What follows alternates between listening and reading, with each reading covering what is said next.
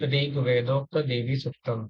जो सिंह की पीठ पर विराजमान है, जिनके मस्तिष्क पर चंद्रमा का मुकुट है, जो मरकट मणि के समान कांति वाली अपनी चार भुजाओं में शंख, चक्र, धनुष और बाण धारण करती है, तीन नेत्रों से सुशोभित होती है, जिनके भिन्न भिन्न अंग बंधे हुए बाजूबंद, हार, कंगन, खनखनाती हुई करधनी और रुनझुन करते हुए नुपुरों से विभूषित है, तथा जिनके कानों में रत्न जटित कुंडल झिलमिलाते रहते हैं, वे भगवती दुर्गा हमारी दुर्गति दूर करने वाली हो। महर्षि अम्रभ्रन की कन्या का नाम वाक था। वह बड़ी ब्रह्मज्ञानिनी थी। उसने देवी के साथ अभिन्नता प्राप्त कर ली थी। उसी के ये उद्गार है। मैं सच्चिदानंदमयी सर्वात्मा देवी रुद्र, वसु, आदित्य तथा विश्वे देव गणों के रूप में विचरती हूँ।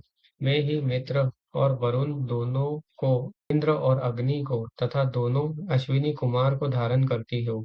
मैं ही शत्रुओं के नाशक आकाशचारी देवता सोम को, त्वष्टा प्रजापति को तथा पूषा और भग को भी धारण करती हूँ।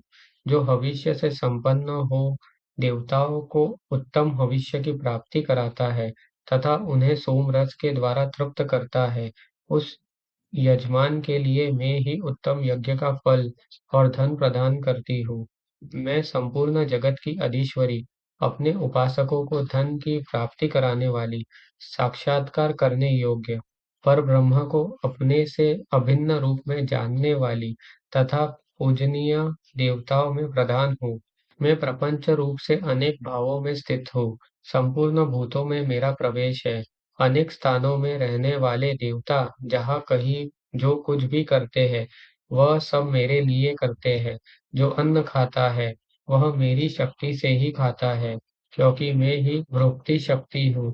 इसी प्रकार जो देखता है, जो सांस लेता है तथा जो कही हुई बात सुनता है, वह मेरी ही सहायता से उक्त सब कर्मों करने में समर्थ होता है। जो मुझे इस रूप में नहीं जानते, वे न जानने के कारण ही दीन दशा को प्राप्त होते जाते हैं। हे बहुश्रुत, मैं तुम्हें श्रद्धा से प्राप्त होने वाले ब्रह्म तत्व का उपदेश करती हूँ। सुनो। मैं स्वयं ही देवताओं और मनुष्यों द्वारा सेवित इस दुर्लभ तत्व का वर्णन करती हूँ। मैं जिस जिस पुरुष की रक्षा करना चाहती हूँ, उसको सबकी अपेक्षा अधिक शक्तिशाली बना देती हूँ।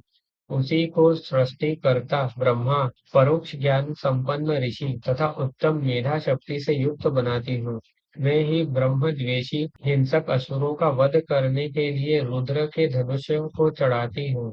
मैं ही शरणागत जनों की रक्षा के लिए शत्रुओं से युद्ध करती हूँ तथा अंतर्यामी रूप से पृथ्वी और आकाश के भीतर व्याप्त रहती हूँ।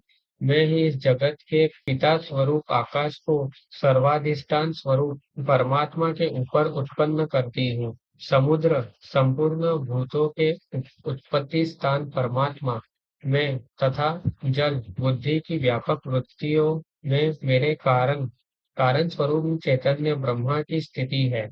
अतएव मैं समस्त भुवन में व्याप्त रहती हूँ तथा उस स्वर्गलोक का भी अपने शरीर से स्पर्श करती हूँ। मैं कारण स्वरूप से जब समस्त विश्व की रचना आरंभ करती हूँ, तब दूसरों की प्रेरणा के बिना स्वयं ही वायु की भांति चलती हूँ। स्वेच्छा से ही कर्मों में प्रवृत्त होती हूँ। मैं पृथ्वी और आकाश दोनों से परे हूँ।